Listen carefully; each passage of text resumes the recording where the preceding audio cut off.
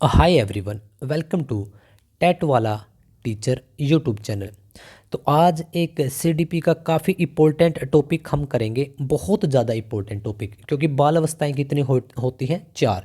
तो पहली 3 हमने कर ली हैं।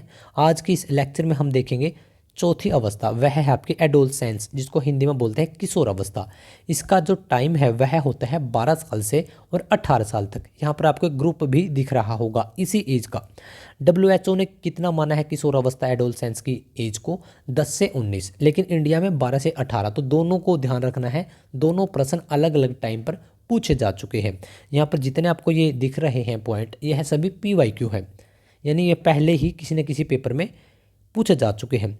अच्छा, जीवन का सबसे कठिन काल इसको बोलते हैं। क्यों? क्योंकि यहाँ पर बच्चों को लगता है कि भाई अब मैच्योर होने जा रहा है और इसके पास काफ़ी समस्याएं हैं, अब इसको कैरियर भी चूज करना है, कैरियर भी सिलेक्ट करना है, और भी बहुत सारी चीज़ें हैं।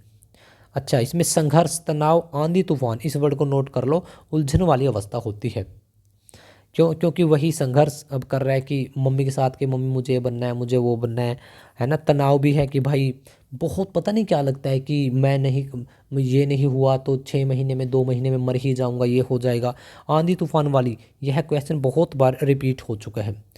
अच्छा, इसमें विषम लिंगी आकर्षक होता है, यानी कि अपोजिट जेंडर, एक लड़का एक लड़की है तो एक लड़के की तरफ अट्रैक्ट होती है। लेकिन जो इससे पहले की अवस्था है, यानी कि बाल्यावस्था, उसमें एक लड़का एक लड़के को ही ज़्यादा दोस्त बनाने का इच्छुक होता है और लड़की लड़की को। श्रवण काल यानी गोल्डन एज इसको बोलते हैं, सबसे गोल्डन एज होती है ये लाइफ की।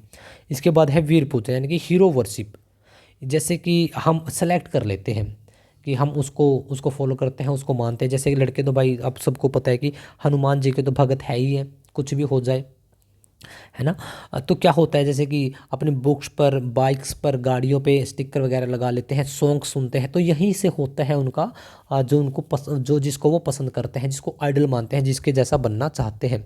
अमूर्त चिंतन यानी कि अब्स्ट्रैक्ट थिंकिंग। अमूर्त का मतलब होता है जिसको, मूर्त होता है जानना और अमूर्त होता है कि अनजान, मतलब जिसके बारे में मतलब वो अनजान है लेकिन उसके ऊपर चिंतन। जैसे कि कोई बोल दे कि भाई यदि आप एक दिन के PM बन जाओगे, हमें वास्तव में इस एज में नहीं पता होता कि PM की शक्तियाँ क्या होती हैं, किस प्रकार से कार्य है और क्या क्या क्या उसकी जिम्मेदारी होती है। लेकिन हम अपने हिसाब से यहाँ पर बोलने लग जाते हैं कि मैं ये कर दूंगा, वो कर दूंगा, मैं ये कर दूंगी, वो कर दूंगी, है ना। तो इस प्रकार से तो ये 7-8 जितने भी प्यारे दोस्तों पॉइंट हैं, तो इनको एक तो अच्छे तरीके से आप नोट कर लो, स्क्रीनशॉट ले लो अगर आप लेना चाहते हैं।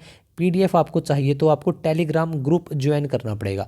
कहाँ पर है उसका लिंक? उसका लिंक नीचे है डिस्क्रिप्शन में। तो सबसे पहले एक बार आप उसका लिंक ओपन कर लो, उसके बाद आप चैनल को आप ज्वाइन कर लो, और जितने भी PDF हैं आपको फ्री ऑफ कॉस्ट वहाँ से आपको मिलती रहेंगी।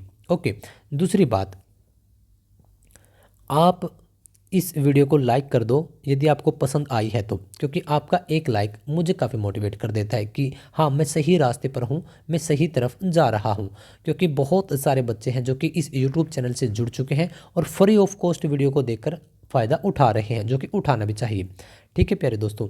दूसरा क्या है, आप इस यूट्यूब चैनल को सब्सक्राइब जरूर कर दो, क्योंकि यदि आप सब्सक्राइब कर लेंगे तो टाइम टाइम पर आपके पास वीडियोज़ पहुंचती रहेंगी। मैंने आपके साथ एक प्रॉमिस किया कि CDP का मैं आपका एक भी प्रश्न गलत नहीं होने दूंगा, तो मतलब नहीं होने दूंगा। बहुत सारी वीडियोज़ हैं, उनको जाकर देख लो, वहीं से आपका टेट क्वालिफाई हो जाएगा। हाँ, टेलीग्राम पर मेरे कॉन्टैक्ट्स हैं, कुछ आपको डिस्कस करना है, पूछना है तो आप कॉन्टैक्ट कभी भी कर सकते हैं। तो वीडियो को लाइक कर दो, चैनल को सब्सक्राइब कर दो। Thank you guys.